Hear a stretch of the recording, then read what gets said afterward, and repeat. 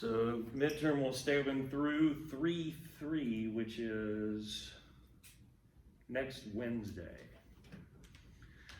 So have a plan as to when you're gonna knock it out, especially those of you that have not yet taken quiz 3.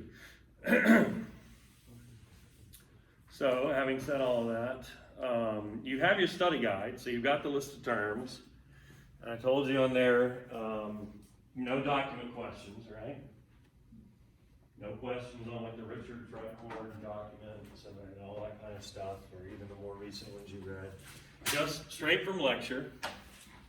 We've had 9 lectures so far. You know which ones they are. The terms on the study guide are organized by lecture. Those videos are still up on the YouTube channel. The PowerPoints are still up on my college site. Every one of those terms is pulled directly from the outlines that are in the PowerPoint, so no surprises.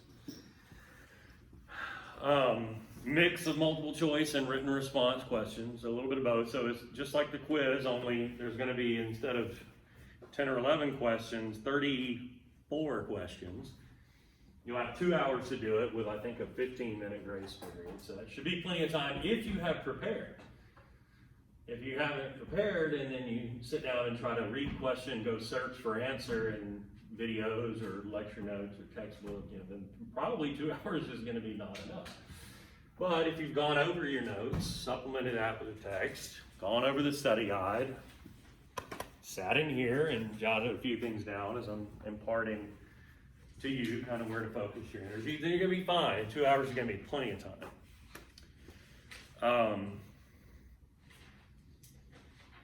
Before I kind of run through and suggest some areas that you might focus on, are there any questions? Anything at all related to midterm or anything? All right. So if I were running through from beginning with lecture 1 and kind of thinking, what might I focus on? That first lecture was the one on Virginia, and let's see. I mean, certainly you would want to know all about indentured servitude and what the characteristics of that were. Who were those indentured servants? What were the terms of their indenture? Why did they come over here as indentured servants? What was that system like? And then, of course, you should know about the event that essentially leads to the phasing out of indentured servitude in Virginia, and that was Bacon's Rebellion. So you should understand that as the role it plays as a sort of pivot point, you'll recall, away from indentured servitude and towards the use of African slave labor. And I focused a lot on one thing that would sort of connect indentured servitude and general characteristics that I was saying at first to eventually the Bacon's Rebellion. In other words, what helps lead to that polarization of society? A couple of things. Remember, indentured servants never had the promise of land of their own when they became free, and most of the good land was taken up by the grandees through the headright system. So if you're looking at going back to that Virginia lecture, you're thinking, let me re-educate myself on indentured servitude, headright system, Bacon's Rebellion.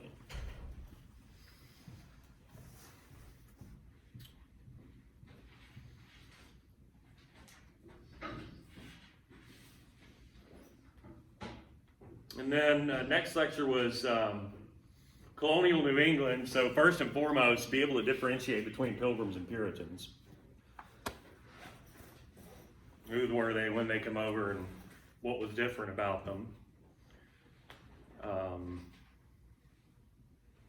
Let's see.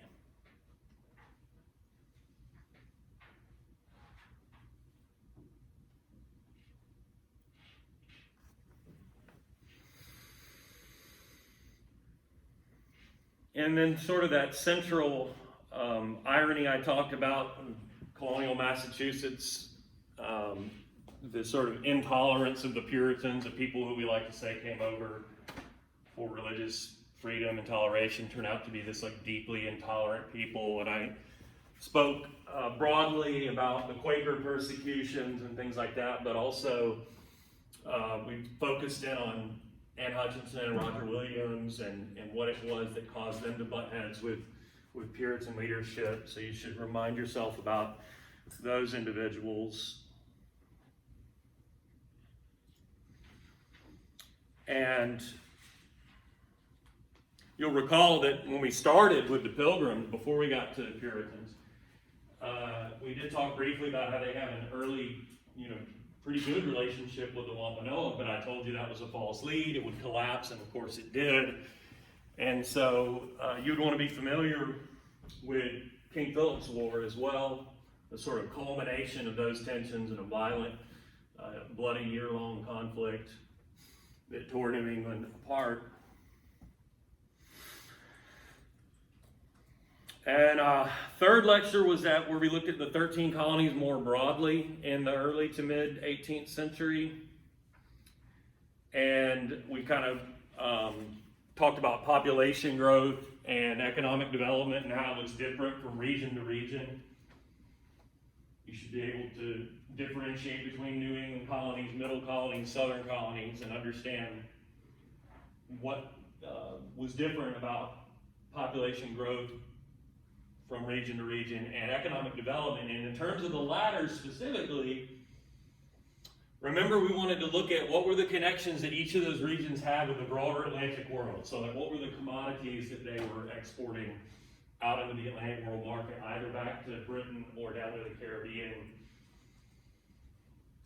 And so you'd be able to identify, hey, from the southern colonies, if it was Georgia and South Carolina, it was rice, cash crop. It was upper south, it was tobacco. Middle colonies, it was wheat, even though they didn't have like plantations and slave labor. From the New England colonies, it was timber and fish and so on. You'd be able to define mercantilism. And I mean how I defined it, not how Wikipedia or Britannica or whatever the hell else defines it. Somebody might even be able to paraphrase from one of those sources, but I guarantee you it's going to be like an economics class definition, and if I can't nail them for plagiarism, they're still only going to get 4 or 5 points because I'm stingy. I want my definition. Selfish. Doesn't have to be verbatim word for word, of course, but you understand what I mean, I think. I specifically, in terms of mercantilism too, we talked about how you can use tariffs to create a mercantilist sort of closed system between mother country and colonies, tax other countries' goods, higher rate, make them cost more, which would induce the colonists to buy within the system, even while you're trying to export from the system more than you import. These are all addendums, by the way. This is not the definition, which you can go back and find in the lecture. But my point is, I did mention some specific scenarios in which Parliament, for its mercantilist system, does sort of draw a line in the sand. For example, enumerated goods, where it says, these are our most valuable cash crop colonies cash crops from our colonies. They can only be exported initial point of sale to another British port, right? They don't want those going to other countries. So you should know what are enumerated goods, what were they specifically, and more generally.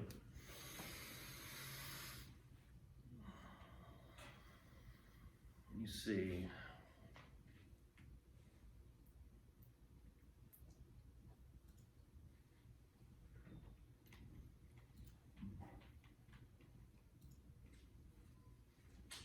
Annoyingly, it won't let me see everything as a whole.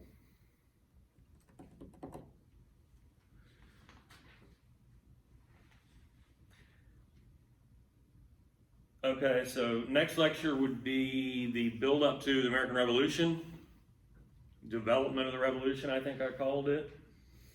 So there, of course, it starts with the 7 Years' War, which you'd want to know what was the connection there. What is it about Britain's experience in the 7 Years' War that leads to this series of events that becomes the American Revolution? Why did Parliament take a harder look at its functioning of its mercantilist system and find this smuggling and bribery? What did it try to do to address that? What are the major laws passed by Parliament that we looked at, from the Sugar Act to the Stamp Act to the Townshend Acts? culminating in the retribution for the Boston Tea Party that were the so-called intolerable acts. So be able to make that connection between the 7 Years' War and those laws that Parliament was passing that ultimately caused this rebellion that flowers into a revolution. And remember some of the things that we looked at that would kind of show you a ratchet principle of how things get a little bit more intense, like most especially the so-called Boston Massacre. Remember, we spent some time kind of dissecting that rendering that Paul Revere made and kind of pointing out things in that rendering that are not exactly consistent with the facts as I presented them, and the impact that that had on swelling anger and resentment within the colony. So you should be able to explain that to me. What else?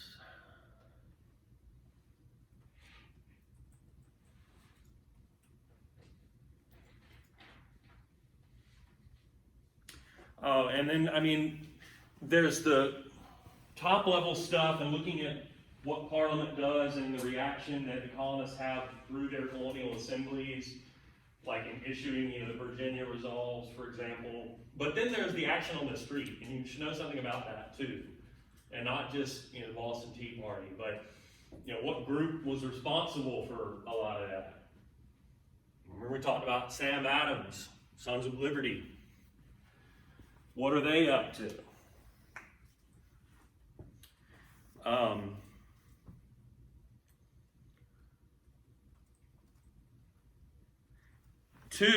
To connect both of those things, we kind of got the high level, what is Parliament doing, what are the colonists, colonial assemblies doing, and on the other hand, what's going on in the streets. There is a connection there because when the colonists will express this anger and frustration in terms of protest, as with the Stamp Act, for example, there is a response from Parliament. So in each of those cases, be able to tell me, how does Parliament respond when the colonists, fly off the handle? And you'll recall they didn't really quite get fed up until with the Boston Tea Party and the coercive acts, the intolerable acts. That was the breaking point. Parliament's reaction to previous periods of protest was a lot softer. So how does Parliament react to Stamp Act protests, Townsend Act protests? Those are sort of the first two big rounds of protests before the Tea Act and the Boston Tea Party.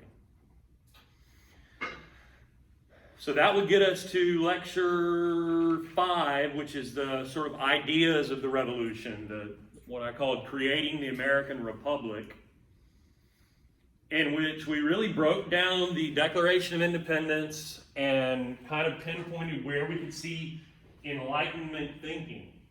Now, I threw out a bunch of Enlightenment philosophers, but you could probably guess from that lecture that the sort of one central figure that I might ask you about would be John Locke and his ideas of classical liberalism. And we looked specifically where you could find examples of Locke and classical liberalism in the Declaration of Independence. You should be able to define that and make those connections. And then, of course, we talked about the Articles of Confederation, how or why that was a deeply flawed document. And then how that leads to the Convention in Philadelphia that becomes the Constitutional Convention.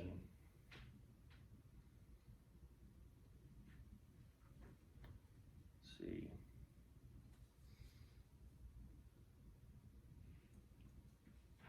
So I think this would be a repeat of some things I asked you on the quiz, like what were the divisive issues at that convention?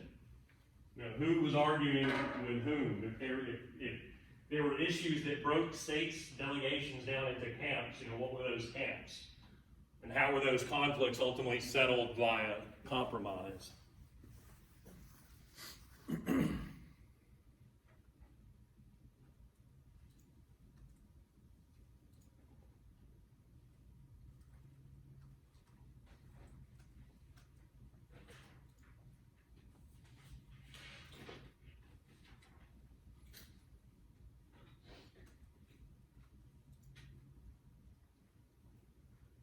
So let's see, that would, oh, and also we discussed ratification at some length.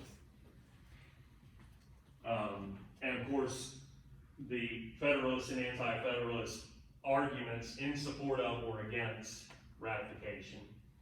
You should know the basics of that campaign, and then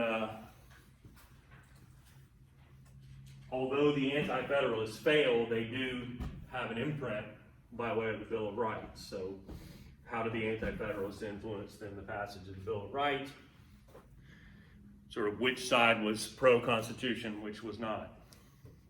And that would get us to War of 1812 Tecumseh lecture. We spent some time looking at Tecumseh and his efforts to build a pan-Indian confederacy. What are his motivations? You know, what's his sort of recruiting pitch as he tries to get people to join this pan-Indian confederacy, and what role does his brother play in that? So we spent some time talking about that as well. And then, of course, there is the war with Britain itself. And what is it that leads the United States to a second war with Great Britain, you know, not even a generation after the Revolution? What were the major issues there? How does that tie back into Tecumseh? And what he ends up also doing down in Creek country. So we spent some time talking about the Creek Civil War.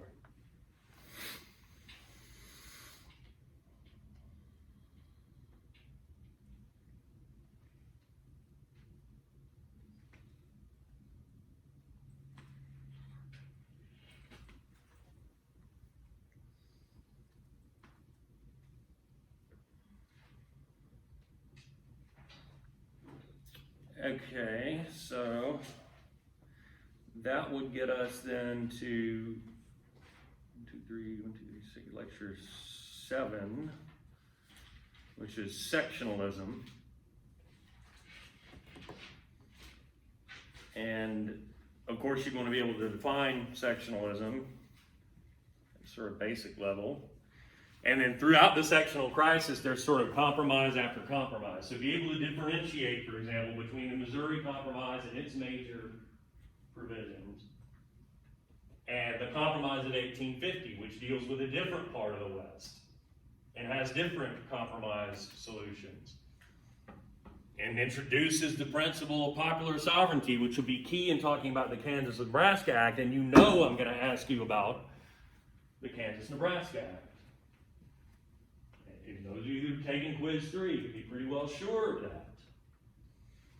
I spent quite a bit of time talking about the significance of Kansas-Nebraska, and we sort of drew the lines from the Kansas-Nebraska Act to some years later, the outbreak of the actual Civil War. So be able to make those connections for me in the same way we connected the 7 Years' War and its aftermath to the Revolution.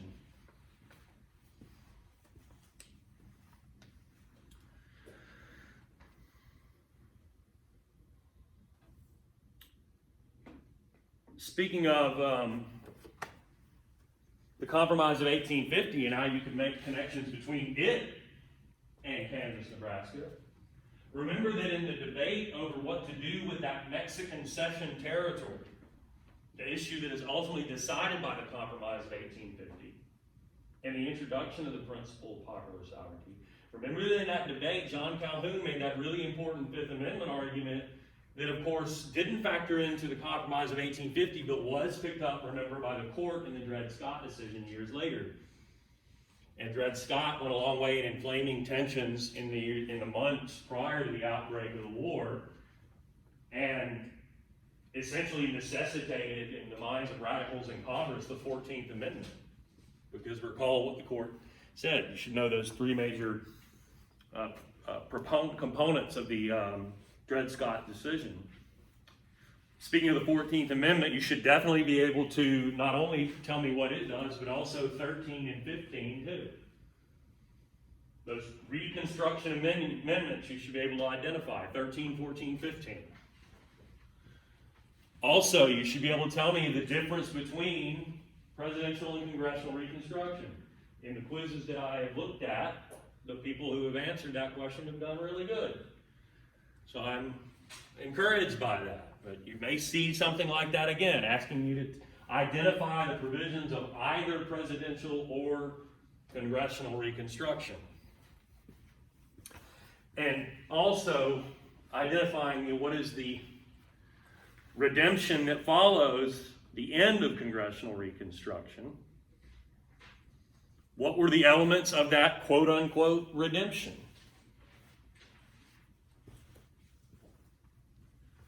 What does that mean, the redemption period? What does it lead to?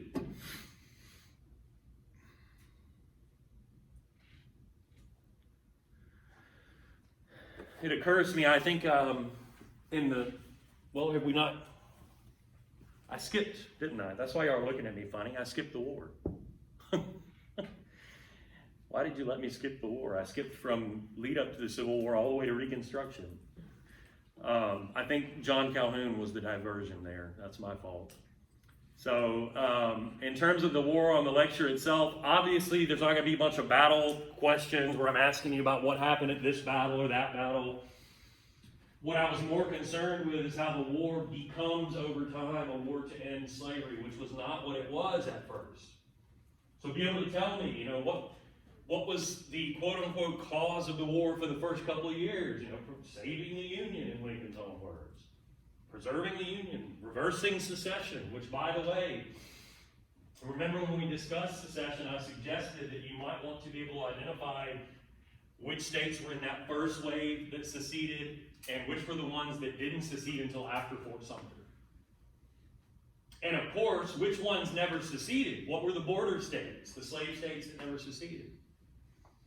And you get into the war itself, and again, I'm less concerned with Battle of Bull Run, Battle of Antietam, fill in the blank battle, and more concerned with things like the Confiscation Acts and the Militia Act that presage or lead up, help push Lincoln in the direction of the Emancipation Proclamation, which you should also be able to tell me what it did and didn't do, because I kind of spent half the time tearing it down and explaining all these limitations that it had, how we could say definitively that it did not end slavery in America, but then building it back up because it does play this key role in the war, this sort of fulcrum or turning point in the war in terms of why the Union is fighting this war. Those things are all very important.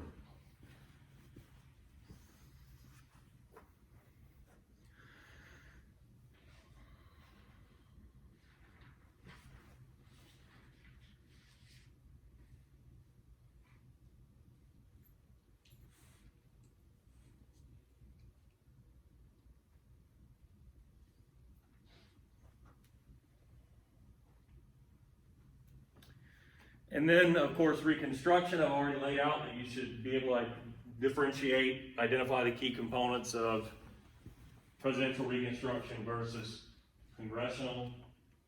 I want you to know 13th, 14th, 15th Amendment. And then I want you to know the parameters of basics of what is the redemption, what happened, what were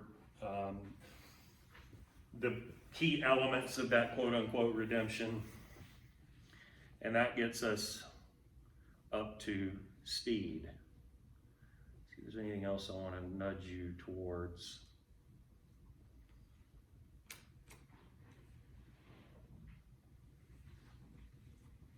I don't think so. I think that gives you a very good roadmap for how to proceed.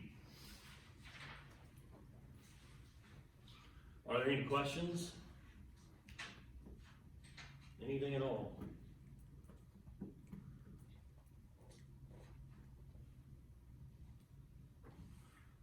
Okay, well, go forth and prosper. Have a plan. Remember, you only got through, I think, end of the day tomorrow for the quiz. I'll get that knocked out as soon as possible so you can clear your brain of the document info and just focus on the task at hand for the midterm.